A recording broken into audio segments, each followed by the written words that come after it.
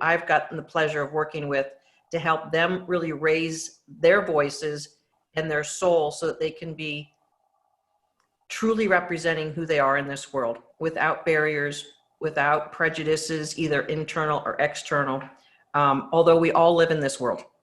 So there are things that we must consider as we navigate the world. So I wanted to open up the dialogue and actually be the least amount of the speaker here. So in preparation for making sure we got the voices heard that want to be heard, I'm just going to call out on our beautiful ladies. And if you'll just say name and maybe city or anything else you want to say relevant as I call on you ladies to speak and just talk about this topic. Portia, you and I have known each other for a little while here, and you came through the workshop about a year ago. Where are you hanging out right now with this whole issue and your voice mattering? Absolutely. Portia Ingram from Dallas, Texas, originally from Houston area. And I'm also a mother of 2 Black boys. Well, they're young men now, one 24, one 18, and African-American husband as well.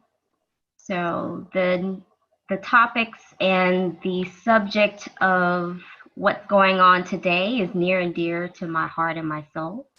Mm-hmm. It is a part of me and my life and my world. And the conversations didn't just start today. Right. So it actually started, in particular, I remember when Trayvon Martin was about 15 and was murdered by a man that lived in his neighborhood. My 15-year-old son at the time came in my room and looked at me and said, "Mom, did you see the news? This little boy is my age and he didn't do anything wrong and he's dead." And that just touched my soul. And I just really, that point, I was like, God, I've got to do something about this whole thing. I have to be a part of the solution because I don't want him or his children to grow up in a world that they just feel scared just because of the color of their skin. What did you do then? Fast forward to my life. I worked in corporate, worked in the D&I space, did a lot of work in that area because it's true and near and dear to my heart.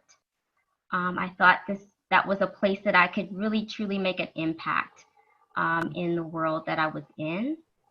And I hit a roadblock while I was in corporate America and just didn't know how to move forward and didn't really quite understand what that roadblock was. Why was this happening to me? Yes, yes. That's when I sought help, looked through Facebook, Mo's ad popped up and she was speaking my language. So I was like, I need to do something different. I need just my career is just stalling. I personally, my soul was dying and I didn't understand why. Mm-hmm. So fast forward through the workshop, I really, the tools that I gained specifically were very helpful for me personally, first and foremost, of me, how I looked and viewed things. So meditation was a really new practice for me, and it shifted just my whole total being, even to this day. So fast forward to, George Floyd. Yeah. Today, that week, that all America was in an uproar. The whole week, I could see opportunity and optimistic ways to really be a part of the solution. Mm-hmm. I was seeing above the normal pain and hurt that I would normally feel. I could see above that. And it was because I could use the tools and the techniques learned in Mo's workshop that I was able to see it that way. And it was an amazing experience for me because it was like my prayer was answered. I can be a part of the solution. and not wallow in just being a victim in part of the problem. So as I, you know, my boys still come to me when things like this happen. Unfortunately, they've happened more than once and touched our family very deeply.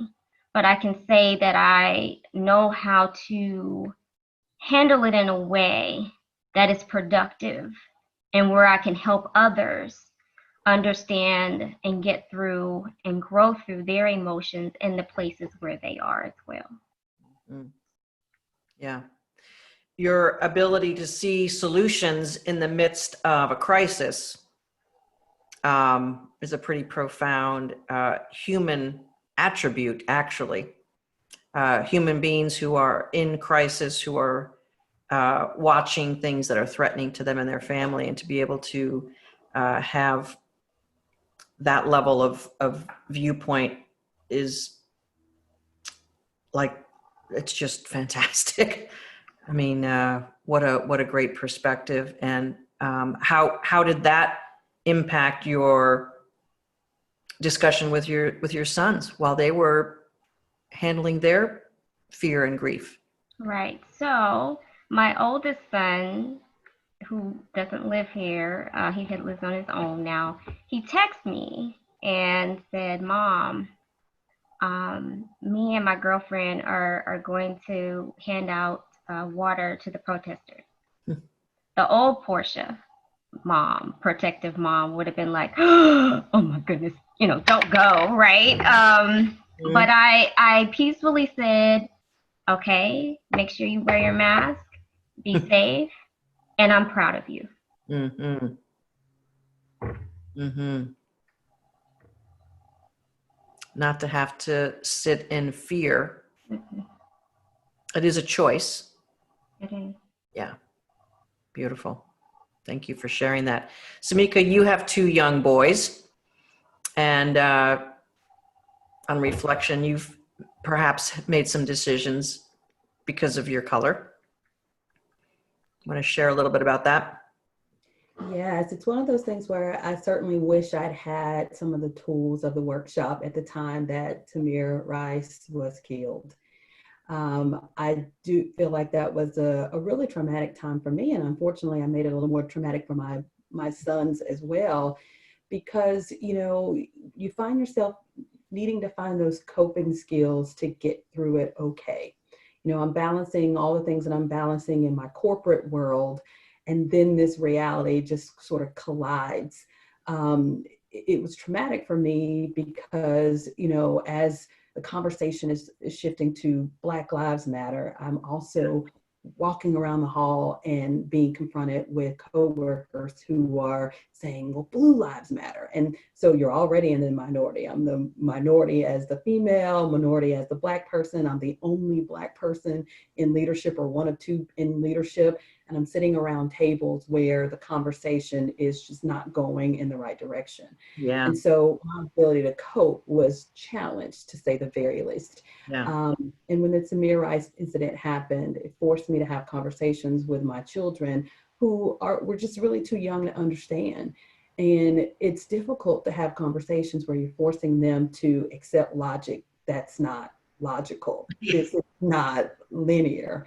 And I struggled with it. I overcorrected where they were concerned with buying guns, playing with guns, and them being around friends who weren't Black, where that just wasn't an issue in their dinner table. That wasn't a conversation. And so really trying to force my children to accept this logic and learn these survival skills, these coping skills that their minds just weren't ready to deal with. And unfortunately, I discovered that maybe I wasn't ready to deal with it either, or not ready to deal with it in a healthy way.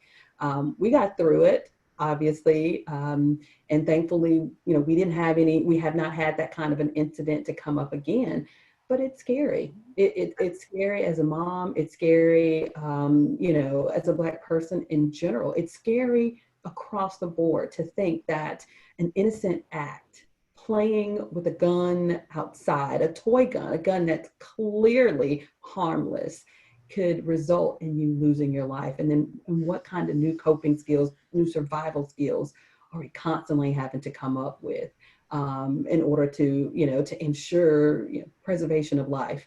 And I definitely think that some of the skills, the coping skills, the energy around how you manage your emotions so that you make those wise decisions that you get in this course they're life-saving on a number of levels for my own self-care, but also how I start that conversation with someone else. And where do you start from? What is your mindset when you sit down to try to have those well-intentioned discussions? Mm-hmm. Yeah. You've been in the workshop probably the least amount of time of any woman here in this conversation, and had your own journey that's been pretty rocky in these few weeks. So I appreciate you speaking up, talking. I also appreciate you being here, and I'm really glad for your sake personally that we're able to help you navigate what's going on career-wise for you as well. Isis, we've known each other a little bit of time, and dare we say that you were pretty darn convinced that you lost at least one of your jobs in your career because you were a bold, aggressive Black woman. And I know we've had that conversation a few times in the coaching relationship that we've had. What would you like to share and talk about for your experience and where we're at right now? So I'm gonna do a before and after verbal photo. Pretty much, yeah. So before Mo's workshop, I grew up overseas with brown and Black people. I am Black, and my memories are comforting and inclusive and just being a kid, really. When I came back to the United States, it was a shock. How old were you when you came back? 4 or 5. Okay. Uh-huh. So growing up in the United States, I internalized the racism around me. Mm-hmm. And so those voices became my voices. Mm-hmm. So I did everything that I could as a child to try to assimilate. And it didn't work. It took me to a really victim-focused place. Yet you were hard at work and getting educated and doing all the right things. I was. And then, as Mo said, I was in a job where systemic racism was at play. And I found Mo's workshop. And through Mo's workshop, I was able to regain my power and to focus on my dream life. Mm-hmm. One of the tools that I practice is meditation. I practice the 10-10-10. And I also listen to Mo's videos when I can. And recently Mo had a video about the slingshot effect. And the slingshot effect is how space travel occurs. So you take those negative forces, i.e. racism, systemic racism, and you use them as fuel to catapult you to your next destination. Now, that's not something that I understood before the workshop. I took all of the hate into me and felt hopeless. And today, practicing meditation, practicing the 10-10-10, practicing deep self-love and healing. I'm happy to announce that I'm running for city council of my town. And I am a member of the Democratic Club for my town and for the West District of my county.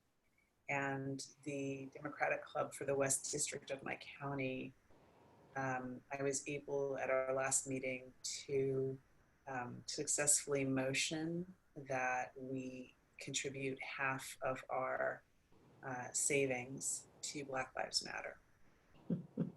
So I am no longer a victim. I'm creating the life of my dreams. Mm-hmm. And I'm not ignoring racism. Mm-hmm. I'm simply choosing to use it as rocket fuel so that I can protect my community and promote my community. Yeah. It's beautiful stuff. So the topic of this conversation is Black women's voices matter. And it's even more, I think, powerful for Black women to step into leadership, both corporate-wise, to have that level of impact and influence, but also from a political and community and social perspective to have the continued, beyond representation, it's being able to influence thought patterns that have gotten into the thread of the way things have always been thought about. So we're literally reweaving the fabric of community and what we are all about as humans in community. And so I totally applaud and I'm excited for you to be putting yourself in a situation of being a weaver in the community thought, future thinking. I mean, it's just beautiful and exciting, and bravo to you. I thank you for the weaver metaphor. I also think of myself as a dismantler because, systemic racism is, pardon the pun, woven into the fabric of our country. Mm-hmm. Yeah.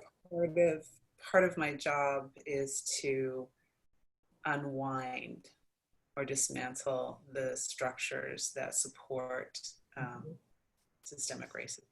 Well, many Black folks, at least especially in the most current history, have helped dismantle or throw hand grenades where we weren't either paying attention closely enough, we weren't hearing it. And I say we, I'm obviously a white person, or maybe thought that everything that was already going in place was happening. And it's refreshing to me to have this opportunity where we are confronted with the change that is truly needed. I mean, you know me as who I am, and I am 100% always in the face of dramatic change. And so we now have this opportunity to do that, and I'm delighted that you're stepping into your power to be a part of that. That's awesome. Andrea, you were putting yourself in a conversation that you didn't even know you were getting yourself into right as soon as you graduated from the workshop. And I remember in the grad group, there's this like, I'm like, yay, Andrea. What's your perspective on where you are personally as a Black woman and where you see yourself? Well, I share a lot of the similar experiences the other ladies have shared. I don't have children, but I'm an aunt. My nephew, he'll be 19 in a couple of months. He's driving, he's working, he's a college student. Mm-hmm. But what worries me and his mom is, number one, he has a learning disability. So his communication is a bit delayed. And he also lives in video game land. So he, like, if it's not a video game, he has no idea what's going on. He's not. And we're like, you have to be more aware of your surroundings. He's also built like a NFL player. He's over 6 feet tall. He's 240 pounds. And everyone that looks at him, they think, he plays football. And to like some law enforcement people that don't know him, they would assume, oh my God, he's scary because of his size and he's so big and I don't know what to do. And he has predominantly white friends. And he seems to think like, you guys are just overreacting, like I'm going to be fine. And we're like, you don't understand. Like your friends are going to be treated differently than you. They're going to wonder, like if you're stopped by law enforcement with your friends, they're going to think like somehow you don't belong in that group of friends. And with your speech delay and maybe some of your friends assume that you would get the same treatment that they're going to get. And, they're going to be surprised to see that you're not, and you have to be prepared for that. So it's like, trying to get him on board with what's going on in reality. And it's scary time. So Let me ask you this. From your perspective, is it okay that he doesn't perceive that he's the potential subject of racism, or is it something you want him to be more attentive to? Well, growing up, we were always raised in our household that you have to be aware of your surroundings. Like, it's for your own safety. And that's more or less like where we're coming from with this. But especially in like everything that's going on, it's like, okay, you're a new driver. You can't be reaching for your license. It has to be somewhere visible because, they don't know you. They don't know, they don't know who you are. They don't know what you're reaching for. So you have to, prepare yourself for, and just come home alive. Like that's the key that in the conversation happens in like every Black household now. Like, well, even before this, like just come home alive. And that's what we, unfortunately have to prepare him for, especially now more than ever. Since my finishing the workshop, I got involved. Well, I've always been involved in my community, and my state legislator reached out and he was looking for people to support him. He drafted a bill and put it before the legislature where he wants to expand our county human rights law to include prohibit any discrimination against individuals based on natural hairstyles, dreadlocks, protective hairstyles, and religious garments. And I sent an email basically saying like, yes, I'll support, this is why. And then got this response back saying like, well, would you like to come and, present to the legislature? And I'm like, what are you talking about? But I ended up doing it. Yeah, it was very important. It's still pending. I'm hoping and trying to get, neighbors and other people I know to also support it so that it passes. And it was interesting when I presented it, I was one of 3 African-American women that spoke, but for some reason I was the only one asked questions. And I felt like I was in a hot seat because I'm like, why are they asking me questions? They didn't ask anyone else anything. And one of the questions I was asked was interesting, was, have you ever, experienced any discrimination, based on this? And someone mentioned specifically housing discrimination. And what they didn't know was I have a real estate license, and I actually, in our same county, within the past 2-3 years, I'd done some fair housing testing for one of the non-for-profit organizations. What they would do is you get a script. They tell you, this is what you need to do. You call, you set up the appointment over the phone, and then you go in person to meet with the leasing agent. Now, over the phone, I've been told that I sound white, which I don't even know what white. Wait, Andrea. I don't know. So I make the appointment. The woman sounds delighted and excited to see me. But when I show up in person, it's like, you are who? And, what are you doing here? And it was this very like weird reaction. Like there were 3 agents in the office. They all suddenly had to huddle and go in the back and meet and discuss. Now, as I'm standing there waiting, for someone to come back and assist me, there happened to be a white couple that came in with a dog. And they come in, they're immediately greeted, offered seats. I'm still standing while they're offered seats. Someone even ran in the back and got dog treats for the dog. I'm still standing. No one said, would you like a seat? Would you like a cup of water? Would you like a leasing application? And this was right here in our backyard. So when I'm telling this story to the legislature, they're like, oh my God, we thought that, this was back in the 50s or whatever, that we had overcome all of this. I'm like, no, it's still prevalent today. This is, why you're seeing some of the protests that you're seeing now. This is why you're even seeing riots. We have what's called the I generation. And they're, on the heels of the millennials coming up. Everything in their lifetime that they know happens instantly, their technology, their communication, even ordering a Uber or food. Right. So they can't understand why. I was even telling my nephew, in 1999, I marched for Amadou Diallo, who was shot in New York City 41 times by New York City police. And they can't conceive, well, this happened 21 years ago. Why haven't you done anything to change it? Why why did George Floyd happen? What is going on? We don't understand. So that's where the anger and the frustration is coming from. Yeah, interesting. I am so delighted that you have a powerful passion to be a voice. I do know personally that you've been involved in the political sphere as well, professionally as well.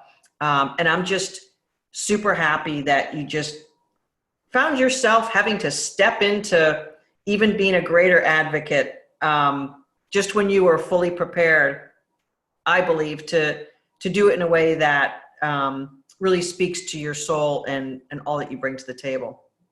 So that it just tickles me just to keep hearing about this. We're going to go across the pond. Mabel, thank you for joining us from over in the beautiful UK. And you have a unique perspective on this, not being in the United States right now. However, since we are a global society and you have your own personal experiences, so happy to hear from you about your personal perspective on this topic. Yeah, thank you. First of all, I just want to really appreciate Mo for you coming up to have this sort of program for us to make our voices heard. And I really feel privileged sitting around the table with powerful women, yes, and whose stories inspire me as a young woman as well, growing up. So originally, I am from Nigeria, and I moved into the UK in 1999, just before I was 18 years old. Same year I turned 18, and I came into the UK to do my university. And I recall, because I'm just going to tell you a journey here, right? My journey. So I recall I went into the college and in one of the cities here, and the teacher teaching me asked me, oh, okay, so where do you live? I said, Lagos. Do you live on trees? Do you wear shoes? That was the question that he asked. And yes, and I said, no, I don't. Mind you, there are other Nigerians and other Black people, Ghanaians and other Black people in the college as well. He just said, he just said it, whether he really meant it that way or not, I chose not to think about it. But I did tell him, no, we've got fantastic houses in Nigeria. We call them irregular polygons because they're that massive and beautiful. We wear shoes. You can see I'm wearing shoes now. You can hear my English because you're communicating to me, right? So that happened. And then I got into university, no problem.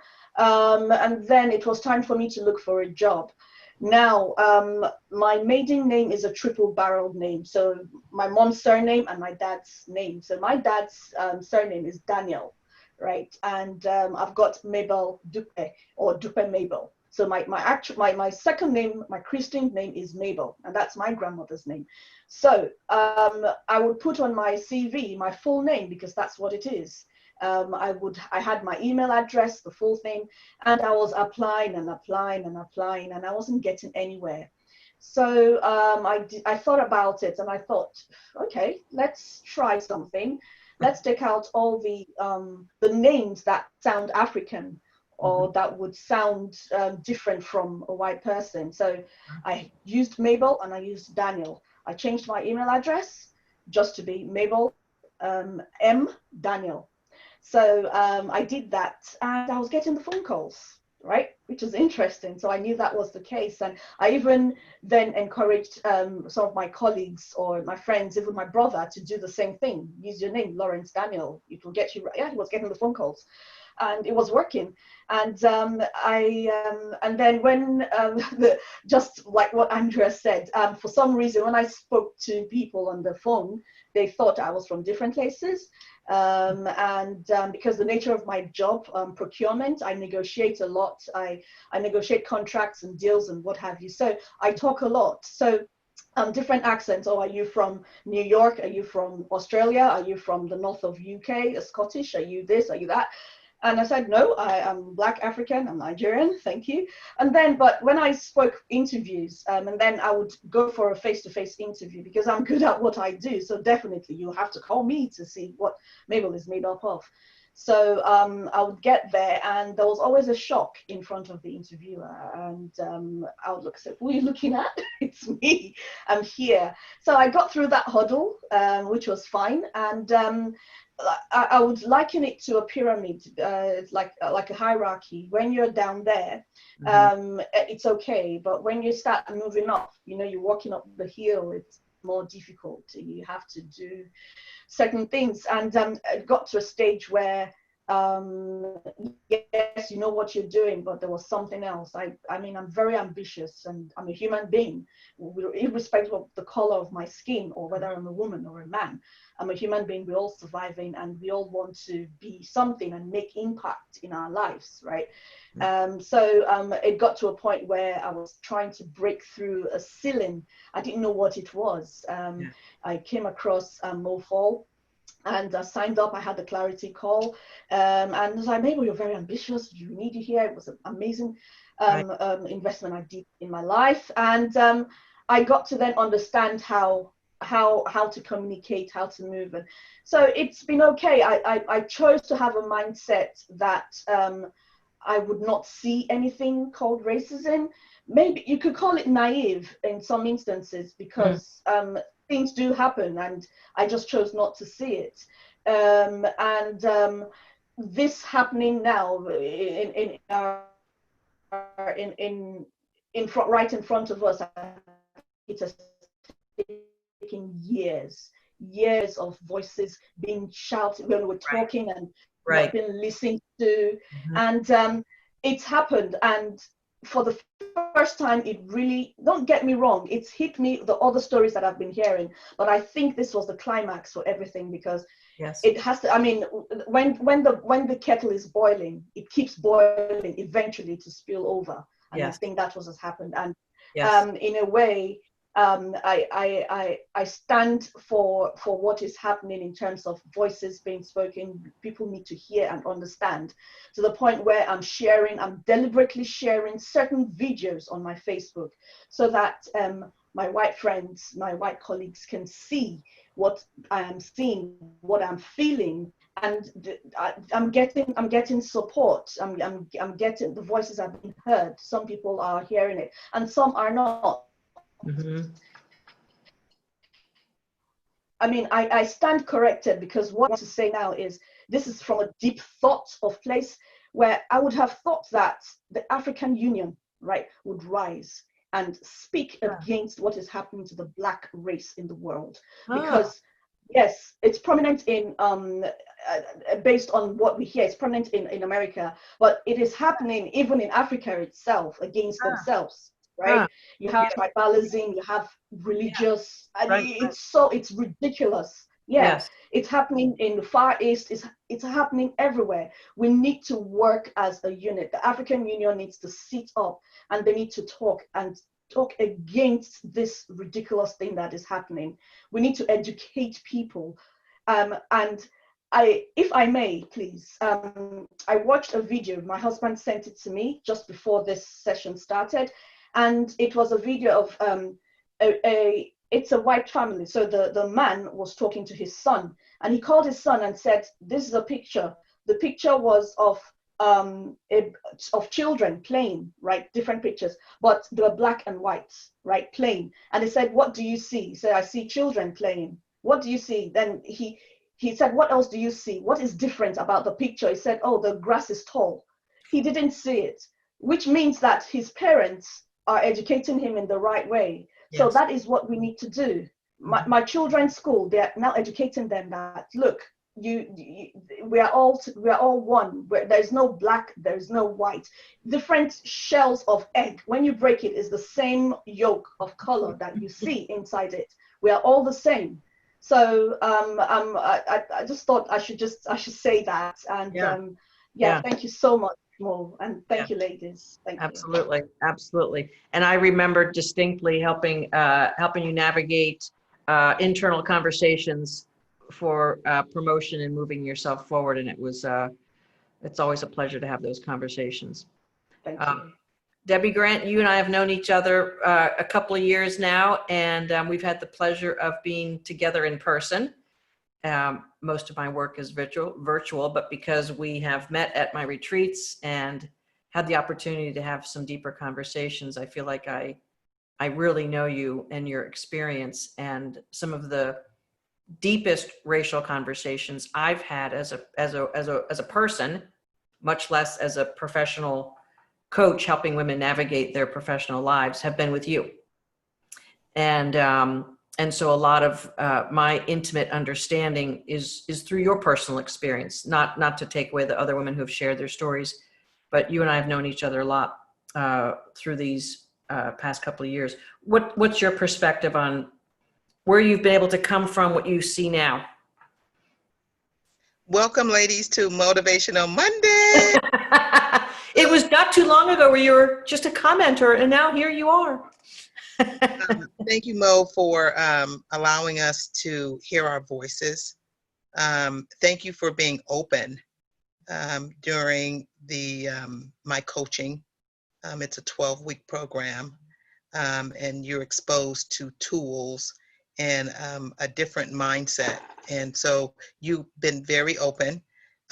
You wanted to know why, in order to help us Black women who have voices that matter move forward. And so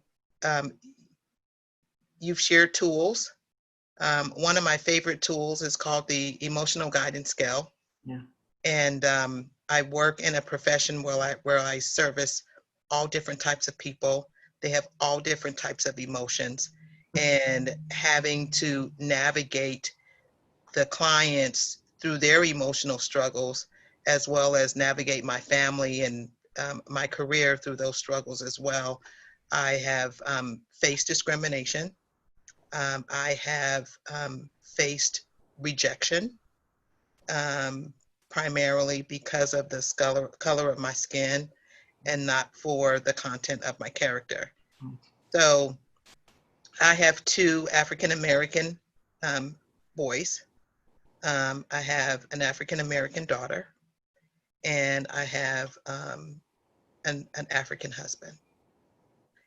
And the discrimination that we've seen moving from California to Georgia, several years back, was very eye-opening, because California is a more diverse, Isis, it's a more diverse community. It's a melting pot of all cultures. I remember having my son and having my first baby shower.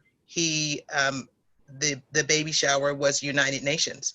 So many people came from all different cultures and brought all different food because they didn't see my skin color. It does exist.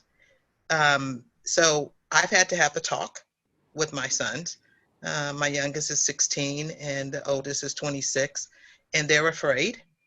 And so being able to use the emotional guidance scale has allowed me to integrate this tool into my family, where I can move them from fear into a level of peace. I can speak to them about our biblical principles and what we believe in, with our religious belief, that God is our source and He's going to protect us. But we also have a responsibility as well. And so your workshop helped me prepare my family and prepare my clients through difficult situations in life. And it doesn't have to necessarily be race. There's illnesses, Right. depression, all different phases. And so being able to help them with the tools that I've received has been phenomenal. I do appreciate you being open. I do have a lot of white friends that want to know, they want to be helpful. They want to know, how do we approach you? How do we ask certain questions to enhance our educational level on the African American culture? Because we are beautiful people. We have an enormous amount of love. That's our culture. Our culture is built around love and family and togetherness. And Yeah. so I think without this program, I would not have been able to have that authentic conversation. And so now I am. And if it wasn't for you peeling the layers of the onions, I'm like, Mo, please don't go another layer. Not another layer, please. Please don't go another layer. And so peeling back the layers and really understanding African American women, understanding Black women's voices matter, and allowing this platform to educate the world. I mean, ladies, Motivational Monday, it's gonna go global. And so the tools have definitely helped. I'm no longer fearful of my men when they go out. They're prepared. You are to be respectful. You don't reach for your driver's license. Have it on the dashboard. You don't reach for the registration. Have it readily available. And for God's sake, do not get out the car and start running. So my son had an experience where he was pulled over in a predominantly white area. He followed all the rules that me and his dad taught him, and he had a successful driving ticket, speeding ticket. And I think one of the ladies in the group was, it might have been Garland. So from that, he took the ticket and he went to court, and he was able to get the ticket dismissed. Yeah. Using the knowledge of who he is and his truth, and being able to present it in a court of law, and his ticket was dismissed. So I think if we can create an understanding of who we are as people, create an awareness of how to interact with us that is loving and kind and giving, I think a lot more lives will be spared. Amen to that. Amen. Thank you. To that. Yeah. Thank you. Thank you. Garland, you're a professional in the diversity and inclusion space, as we say. And you told us before we went on recording how much busier you've been lately. What's your perspective about what's happening, and personally or professionally, either way you want to hash at it? Yeah, I'm gonna go both, because there's just something very valuable in the personal, because we've been going to the personal now in the workplace, because we're not robots. We don't just show up to do the job and then go home and do whatever that is and then show back up to do the job. Yeah. Our lives are whole. Who we are, how we show up, what we think about, that's who we are. So I am a mother. I have an 11-year-old daughter. I'm in a relationship with a man from France who is white. So race is a conversation for us every day. We don't get the, liberty of not talking about it, because when we walk around in the world, people are looking at us. Mm-hmm. We're fortunate that we live in a part of our country where it is more liberal, our California bubble, where, as Debbie was saying, it's kind of a United Nations. I know a lot of interracial families. I know a lot of interracial people. So, and probably the generation in which I, come up in, that's just kind of normal. Right. So race, how I look at race, I think is probably a little different. I am probably naturally multiracial. Where I was born was a creolized part of the world where people have been mixing forever. So in my own family, I've got the rainbow. And so when I show up with race, it's more so what's your perception and how are you constructing race in your life so that it's, defining beliefs that you may have. Because I've got a variety of, and if anything for me, it's been more learning about other people's culture, learning about their food, finding out about what are the differences even within groups, and the intellectual curiosity I have about like the nuances is what I think has brought me to diversity work. Yes. Because we are, you want to get spiritual, we are all God's children.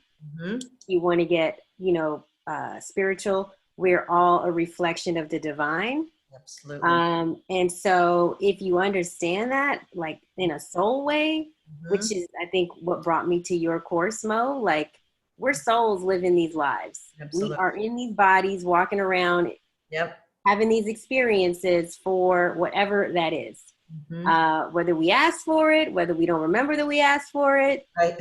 we're doing that. And so what I think has been interesting from the personal is it's just made it more having meaningful and intentional conversations with my daughter. I think this next generation is going to be just... I know. Right? Something to look forward to. The best. Yeah. And I am hopeful. And that is probably what gives me hope. On the professional front, I feel like it is meeting people where they are. I think in the work that I do, understand this is a journey. And so it's not a quick fix. We're not going to like see everybody, get to where you are. It's a journey. And so you got to meet people where they are. There are some folks who this just sounds like we are speaking a whole new language. Like, what are you talking about? Like, I don't even understand race. Like, what is that? And then there's some who they're grappling it with in their personal lives. So they get it real clear because they're having experiences about it every day. And then there are some who this is other people's problem. Like, this is it's those Black people. If they could just, figure it out and then we'll be fine. It's not. It's a human, human issue. And for me, it's in these conversations that I'm having now, it's helping people get there. It's we were having a call yesterday and a key leadership professional, he said, we're moving hearts and minds. This is like moving hearts and minds, getting people to, if you're in one spot, why are you in that spot? In another spot, how are you in that spot? And if you are in a spot where you're more open, how can you help move some hearts and minds? And speak to your experience. We've been having in town halls on racial inequality in my company. I have a 100-year-old plus company. Most of the people that are at the leadership level are white males, many over the age of 50, 55. And so the fact that this is even happening, amazing. Right. And the fact that I get to be a voice at the table, and I can't say how much your course has been instrumental in that, is everything.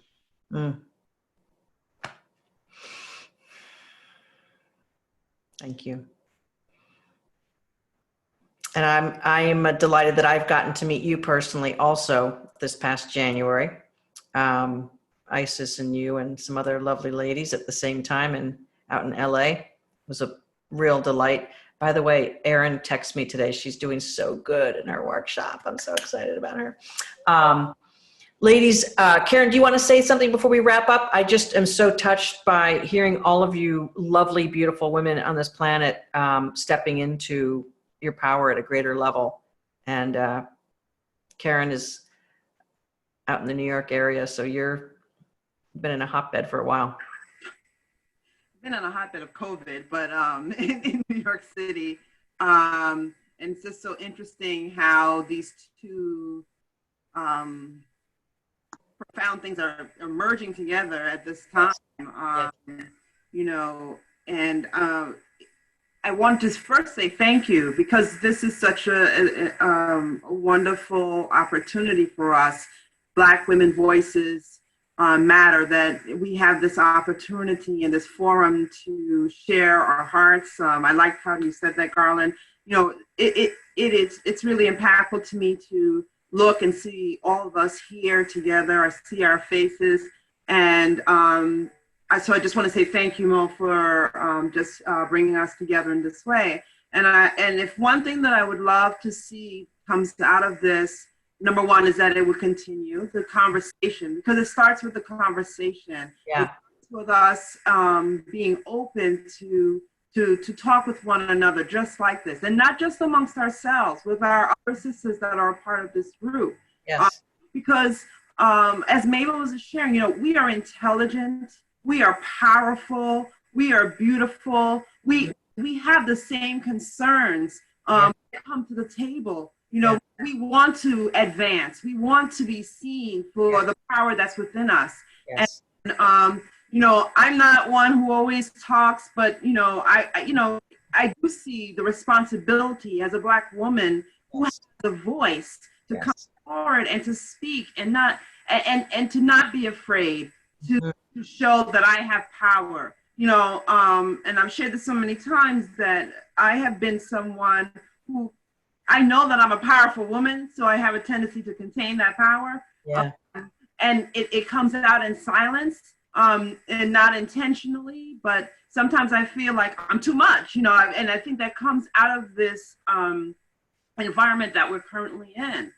And I don't want to hide my power, because I know I have something to offer to the world, as we all do right now on this table. And one of the things that I just wanted to share was that meditation. There was this one meditation that we did with Mo, and she just kept saying over and over, you know, that I am powerful, I am here, you know, and I have value, I have worth. And I had to take those words. I have them written on the walls of at my desk. That's something that I share along with my 10-10-10, you know, that I have value and I have worth, and we have value and we have worth. We are worthy enough to be at this table. Now, again, with everybody. And if anything that comes out of this experience of Black women's voices matter, is that I would hope that our sisters would be open to start that conversation, to understand who I am, you know, and that I have something that I can offer, you know, and that I am a leader, and that, like, again, as in New York, where it's very diverse, pretty much like California, you see everybody, but we still have a way to go as it relates to having women have more roles, that they are at the table, and that I don't constantly always have to be the only one, and that we don't just stop at one level, that we are on the board level, on the seat. Totally. And I hope that if anything would come out of that, this experience now, is that it's opened an opportunity for our voices to be heard.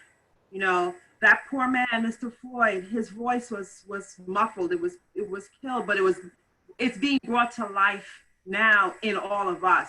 And I think if there's a legacy that he leaves behind, is that we will no longer allow ourselves to be, you know, snuffed out. We allow ourselves to be heard, and to speak, and to show that we are valuable in this world. and we will not allow that to happen to us again, not to our community, not to us as women. And, you know, so again, so thank you, Mo, for that, this opportunity. And I look forward with all of my sisters here and the rest of our tribe to bring this conversation forward and for us to not be afraid to have it, because it's needed so that we can heal and so that and we can expand. You've been talking so much more about expansion. This is right here. It starts here. Yes. It starts with us. Yes. You know? And I'm looking forward to being a part of that, being a part of the expansion, being part of the growth that's going to come out of this experience. And it's going to be good, you know, because we're here and our children. I don't have children, but like Andrea, you know, I have nephews and I have godchildren who are sons, who are young Black men in this world, and I love them dearly. And, you know, I try to inspire them to be the best that they could be. And I think that that's what we're here for. We have a voice, and I welcome the opportunity to be a part of that voice. Rock on.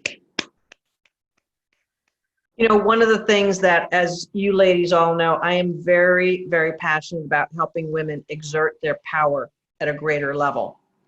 And that's just not at a personality level. It's at a soul level. It's at power being exerted in the world so that your beautiful gifts and talents can make the impact and have the influence in the world that you were born to have. And so we're all about unleashing and bringing things forward. So I appreciate each and every one of you participating today and just totally loving on each of you. And we will definitely have more conversations and just more meaningful bringing together and demonstrating whatever way we can how important it is for people's souls to come alive so that we can, as Portia said, to look at the world in a bigger perspective, that we are a part of the collective and they are us and us are they, and really living that way and it not just being words. So thank you very much for joining for here. Hang on, ladies, for a second. Don't go anywhere, but we will be wrapping up this Motivational Monday. And folks, you know where to find me, mofaul.com. And thanks, ladies. Black Women's Voices Matter is going to be continued in some way, shape, or form. We will definitely keep this conversation going in a powerful way.